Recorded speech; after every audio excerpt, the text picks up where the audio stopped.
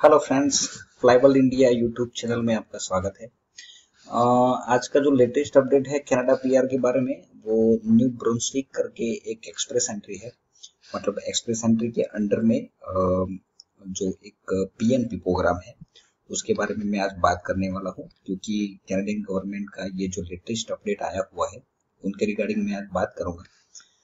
Like many other Canadian provinces, New Brunswick offer a route for express entry candidate for immigration to Canada to settle in province.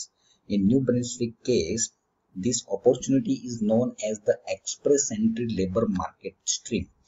तो basically ये जो provincial nominee programme है ना, उनका UI आप submit कर सकते हो, जिसको बोलते हैं एक्सप्रेशन ऑफ इंटरेस्ट। तो ये बहुत छोटा लोकेशन है, मगर ये छोटा लोकेशन मतलब कैनेडियन गवर्नमेंट अभी क्या कर रही है कि जो अंडर डेवलपमेंट लोकेशन है वो सारे अंडर डेवलपमेंट लोकेशन डेवलपिंग हो जाए, इसके लिए बहुत सारे लोग बाहर से आके वहां रुके। उसके लिए ये गवर्नमेंट का एक नया प्लान है।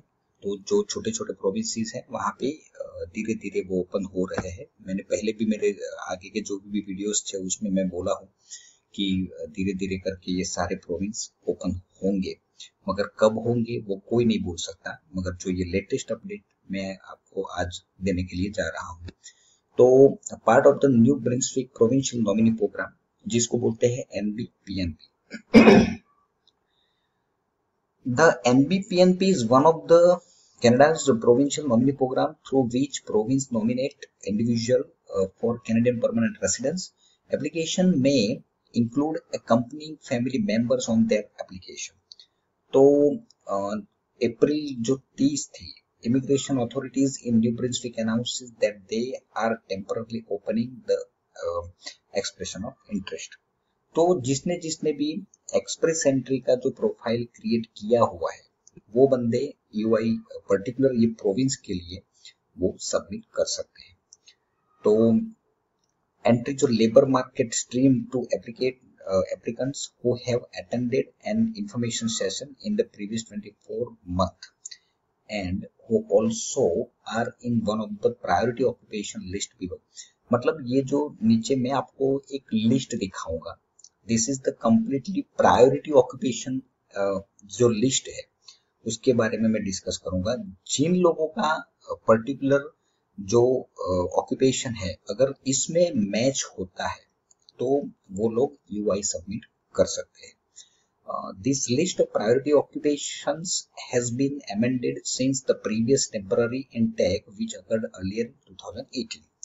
जो करंट प्रायोरिटी ऑक्यूपेशन लिस्ट है वो एनओसी के हिसाब से मैं आपको दिखाऊंगा, जिसमें इंफॉर्मेशन सिस्टम एनालिसिस्ट कंसल्टेंट है जिसका एनओसी कोड 217 है, कंप्यूटर नेटवर्क टेक्नीशियन है जिसका एनओसी कोड है 2281, यूजर सपोर्ट टेक्नीशियन है जिसका 2282 है, software engineer and designers 2173, DBMS database management system analyst and data administrators 2172, computer programmers जो लोग हैं उनका जो एनओसी कोड वो एप्लीकेबल होगा 2174, interactive media developers also, web designer and developers 2175, cook जो होंगे वो भी एप्लीकेशन कर पाएंगे 6322, restaurant and food service manager होंगे, accounting technician and bookkeepers उसका भी एनओसी कोड आपको दिखाई देता है सामने, administrative assistant, administrative officer, elementary school and kindergarten teachers, French language जो टीचर्स है ओनली उनका जो एनओसी कोड है वो 4032 है। दूसरा जो है secondary school teacher, French language teacher only 4031। जो successful applicant to this stream obtain 600 additional comprehensive ranking system. दोस्तों ये जो सीआरएस पॉइंट होता है, अगर पर्टिकुलर प्रोविंशियल बॉडी अगर कैंडिडेट को नॉमिनेट करता है, मतलब इसमें क्या है, मैं सिंपल तरीके से अगर आपको समझाऊं तो हमारी जो दिल्ली सरकार है जिसको हम केंद्र सरकार बोलते हैं और गुजरात सरकार है या तो महाराष्ट्र जो स्टेट होते हैं, हमारे यहाँ स्टेट होते हैं वहां प्रोविंस होता है। तो ये प्रोविंस अगर उनको अथॉरिटी दी गई है, अगर प्रोविंस पर्टिकुलर वो नॉमिनेट करता है कैंडिडेट को जो एक्सप्रेस एंट्री थ्रू आया हुआ है, तो उनको बाय डिफॉल्ट 600 पॉइंट मिलेगा। अगर 600 पॉइंट उनको मिलता है तो अल्टीमेटली उनका पीआर पक्का है, क्योंकि बंदे को कोई भी बंदे को पीआर होने के लिए एटलीस्ट 440-450 पॉइंट राइट नाउ चाहिए। तो अगर स्टेट नॉमिनेट करता है तो आपका पीआर पक्का हो जाएगा। तो ये जो डिफरेंट टाइप्स के जितने भी प्रोविंसेस है वो कब ओपन होते हैं, कब क्लोज होते हैं, वो किसी को नहीं पता होता है। तो हमें अगर पीआर चाहिए तो हमें पॉजिटिवली पूरा प्रोफाइल रेडी रख के आपको खड़ा रहना पड़ेगा। इन शॉर्ट आपको पूरी प्रिपरेशन के साथ आपको मतलब प्रॉपर तरीके से पहले से ही तैयार होना पड़ेगा। Effectively guaranteeing them an invitation to apply for Canadian permanent residence at a subsequent draw from the express entry pool. To submit an EOI, eligible express entry candidate must meet all express entry labor market stream criteria. जो express entry के under labour market stream का जो भी criteria है वो अगर आप fulfil करते हो तो ही आप यूओआई पर्टिकुलर ये प्रोविंस के लिए अल्टीमेटली आप यूओआई सबमिट कर पाएंगे, including a valid and current language exam and educational credential assessment, sufficient fund, relevant work experience and all other criteria.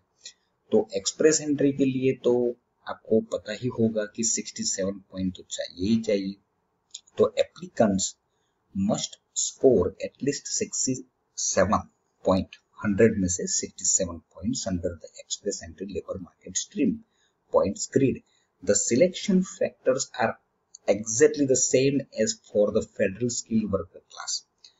तो 6 बैंड इन शॉर्ट कंपलसरी होगा, 6 बैंड आपको चाहिए ही चाहिए, except for factors 5 and 6,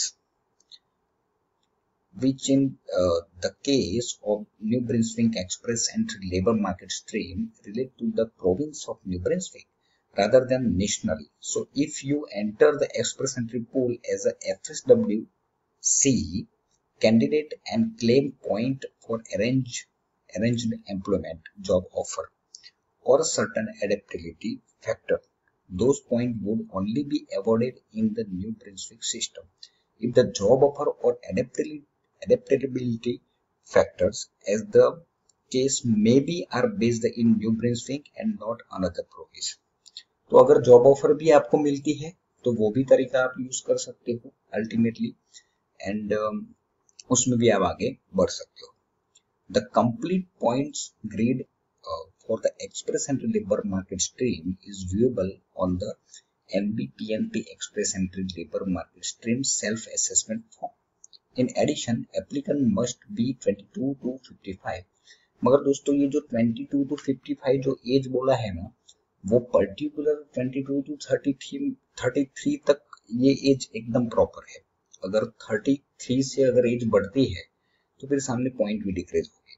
मगर ऐसा है नहीं कि जैसे एज बढ़ती है तो ऐसा जरूरी नहीं है कि भी आप एप्लीकेशन नहीं कर पाएंगे. एप्लीकेशन कर सकते हो मगर फिर पॉइंट होने चाहिए. मगर अगर स्टेट नॉमिनेट करता है तो पक्का वो एज भले ज्यादा हो, एज के पॉइंट भले ही अपने को कम मिले, मगर आपका पीआर होना निश्चित है. मगर स्टेट अगर स्पॉन्सर्स करे तो. And inclusive and sign and commitment to live and work in New Brunswick. अच्छा, तो इसमें क्या होगा कि ये जो छोटे छोटे जो नॉमिनेशन जो प्रोग्राम है ना प्रोविंशियल बॉडी, तो अगर वहां पे आपको परमानेंट रेसिडेंसी मिलती है तो उनका हर एक प्रोविंस का एक क्राइटेरिया होता है कि भाई आपको 2 साल तक या तो 3 साल तक कंटिन्यू आपको रहना पड़ेगा. जब तक मतलब आपको कंटिन्यूस वहां ही रहना पड़ेगा, क्योंकि वो जो लोकेशन है वो गवर्नमेंट डेवलप करना चाहती है. That's why after the temporary opening is closed, the New Brunswick immigration authorities will only be accepting EOIs from individual currently working in New Brunswick or individual with a job offer from a New Brunswick company, as well as from potential applicants who demonstrate French as first language proven by a test. अगर French language आप वो कर सकते हो उसका जो evaluation जो TEF होता है, जो एक सर्टिफिकेशन जैसे IELTS का होता है, उसका एक अलग से होता है।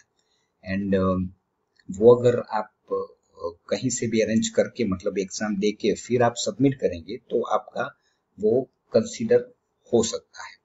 And with experience in one of the occupation listed, अब अगर आपका एक्सपीरियंस वहां पे अगर एक्सपीरियंस जो मैंने ही जो ऑक्यूपेशनल लिस्ट जो मैंने दिखाई, अगर उन पर्टिकुलर फील्ड में अगर आपका कोई एक्सपीरियंस है एंड ये लैंग्वेज का भी अगर आप सपोर्ट लेके मतलब ये जैसे IELTS होता है वैसे ये TEF होता है, उसको अगर आप क्लियर कर सकते हो फ्रेंच को, तो आपका PR होना मतलब इजी हो जाता है।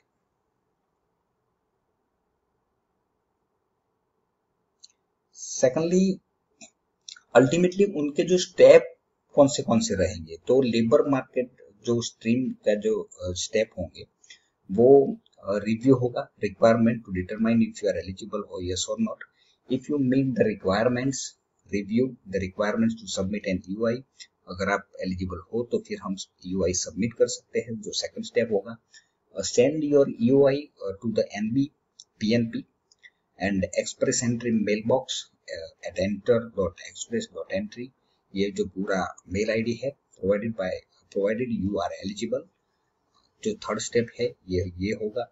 एंड जो चौथा स्टेप होगा वो submit a full ELMS application to NBPN within 60 calendar days after receiving your invitation to apply।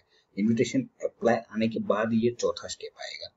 तो दोस्तों ये खाली जस्ट मैं आपको एक्सप्लेन कर रहा हूँ, जो प्रोसेस होगी वो तो हमारी कंपनी कर देगी, मगर उनके लिए भी आपको हमें मेल ड्रॉप करना पड़ेगा प्रॉपर तरीके से, तब जाके पूरा प्रोफाइल हम स्टडी करके फिर बाद में आपको रिवर्ट करेंगे। जो स्टेप 5 होगा वो accept your nomination electronically through your my CIC express entry account. You have 30 days to accept the NBPNP nomination once your application is successfully and you have been nominated। तो दोस्तों ये एक just मैंने ये 12-15 minute का एक छोटा सा वीडियो इसलिए बनाया हुआ है कि एटलीस्ट आपको थोड़ा बहुत पता चले कि पर्टिकुलर क्या हो रहा है। ये जो भी मैं बहुत टाइम से बोल रहा हूँ कि जिनको भी कनाडा जाना है 2020 तक, उनके लिए ये राइट अपॉर्चुनिटी है, गोल्डन टाइम है। मगर कई क्लाइंट ऐसा पूछते हैं कि हमारा PR क्या पक्का हो जाएगा, तो उसका आंसर देना थोड़ा मतलब डिफिकल्ट है, क्योंकि वो हमारे हाथ में भी नहीं है। अल्टीमेटली वो कैनेडियन गवर्नमेंट डिसाइड करती है, और ना ही दुनिया के कोई एजेंट के हाथ में, या तो ना ही दुनिया के कोई IRCC मेंबर के हाथ में है, क्योंकि अल्टीमेटली वो डिसीजन तो इमिग्रेशन ही लेता है, और रूल्स एंड रेगुलेशन कभी भी अप एंड डाउन होते रहते हैं। तो हमारे पास मतलब ट्राई करना ही पड़ेगा, हमें अपने तरीके से प्रॉपरली फाइल को हमें रिप्रेजेंट करनी पड़ेगी, क्योंकि वो हमारे हाथ में नहीं है दोस्तों। मैं बहुत बार बोल चुका हूँ। और जो कैंडिडेट खाली मतलब एक कंसल्टेंसी के पास गए, दूसरे के पास गए, तीसरे के पास गए, उनको PR तो मिलने वाला नहीं है, वो पक्का है, क्योंकि उनको PR चाहिए ही नहीं। जिसको PR मतलब चाहिए वो एक अच्छा सा एजेंट ढूंढ के प्रॉपरली वो फाइल एक तरीके से सबमिट करेगा, और पूरी हमारी टीम बैठी हुई है उसके लिए। तो आपको अगर असेसमेंट करवाना हो तो आप हमें मेल ड्रॉप कर सकते हो असेसमेंट के लिए, हमारी टीम आपको पक्का जवाब देगी। दोस्तों थैंक यू। अगर मेरा ये वीडियो आपको अच्छा लगा है तो आप अपने ग्रुप में भी फॉरवर्ड करिए, एंड जो मेरी YouTube चैनल है उसको सब्सक्राइब करिए। मैक्सिमम टू मैक्सिमम लोगों को ये मेरा वीडियो इंफॉर्मेटिव है तो आप उनको पास ऑन करिए। थैंक यू दोस्तों, थैंक यू वेरी मच।